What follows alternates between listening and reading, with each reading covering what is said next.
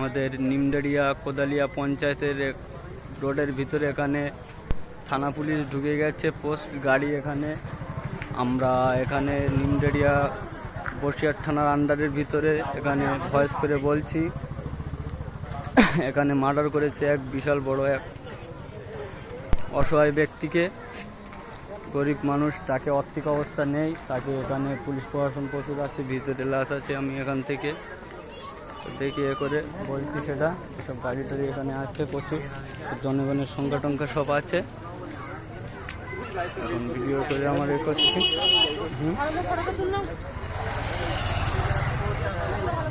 গাড়ি এখানে দেখতে পাচ্ছে, থানা পুলিশের গাড়ি ঢুকে আছে, যেন চাপ সৃষ্টি যেন না হয়।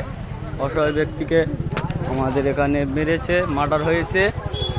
সে ব্যক্তিকে এখন পোস্টমর্টম থেকে নিয়ে এসে তাকে গোসল করাচ্ছে। আমি রোডে ভিডিও করে, এখানে পোস্ট গাড়ি আছে সেটা দেখছি।